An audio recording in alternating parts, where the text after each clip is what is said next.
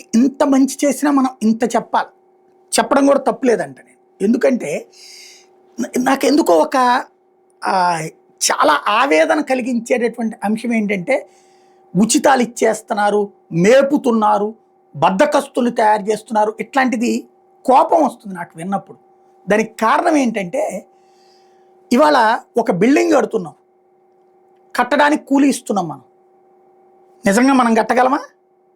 ఆ చేతనైతే కూలీ అవసరమా మనకి? కూలీ నిజంగా వాళ్ళకి సఫిషియంట్ అవుతుందా?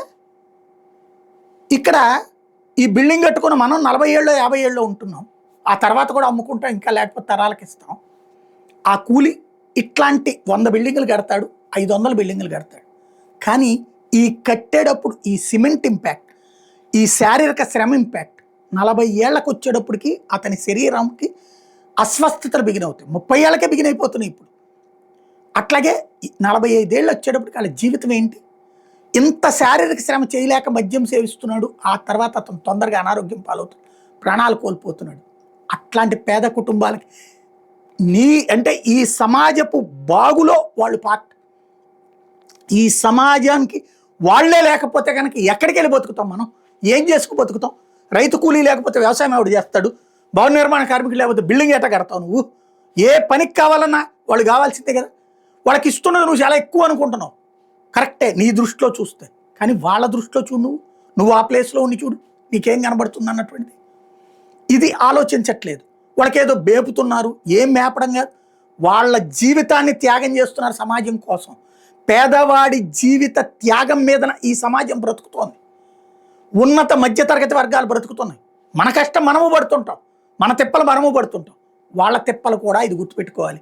పేదరికం నుండి వచ్చినటువంటి వ్యక్తిగా నాకు తెలుసు ఆ అనుభవం. ఎంత కష్టపడుతుంటే ఏ జీవితాలు అయిపోయినాయి, ఏ సంపాదన, ఏం బ్రతుకులు. ఇది నేను బాధపడేటటువంటి అంశం. ఇదంతా ఎందుకు చెబుతున్నా అంటే, ఇప్పుడు జగను ఉచితాలు ఇచ్చాడు, ఆ తర్వాతన ఇళ్ళు ఇచ్చాడు, ఆ ఇళ్ళు ఆపేశారు, మధ్యలో ఆగిపోయినాయి. ఇప్పుడు వాడి బ్రతికేంటి? సొంత ఇల్లు ఉంటే కలో గంజో దాగి బ్రతకడం అనేటటువంటిది ఉంటుంది. అది నెంబర్ 1 ఓ తప్పు. నెంబర్ 2, ఆ 22A రద్దు చేసి ఎవరి ఇల్లు ఉంటే వాళ్ళదే, ఎవరి పొలం ఉంటే వాళ్ళదే, ఎవరి స్థలం ఉంటే వాళ్ళదే, 20 ఏళ్ళు పైబడి ఉంటాయని ఓ చట్టం తెచ్చాడు.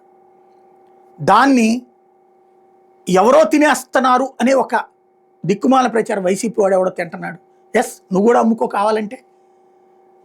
ఇన్నేళ్ల నుంచి వాళ్ళ సొంత దయ్యుండి కూడా అమ్ముకునే స్తోమత లేక ఆగిపోయినటువంటి వాళ్ళకి, లేదా పక్కన ఇల్లేమో 50 లక్షల రూపాయలు, ఇదేమో 10 లక్షలే అని చెప్పేటటువంటి సిచ్యువేషన్లో ఆగిపోయినటువంటి వాళ్ళు ఎవరైతే ఉన్నారో వాళ్ళకి ఇప్పుడు ఒక వెసులుబాటు కల్పించే ఒక చక్కటి అవకాశం.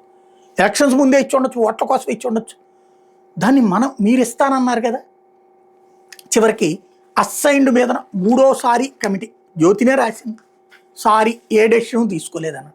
10 నెలల క్రితం మీడియా విపరీతమైన కసితో రగిలిపోయి పేదల మీద అసహ్యకరమైన వార్తలు రాసినటువంటి మీడియా పాపం వలన, ఆ మీడియా పాపపు ట్రాప్లో పడ్డటువంటి ప్రభుత్వం చేసినటువంటి ఈ పాపం ఇప్పటికైనా ముగించండి.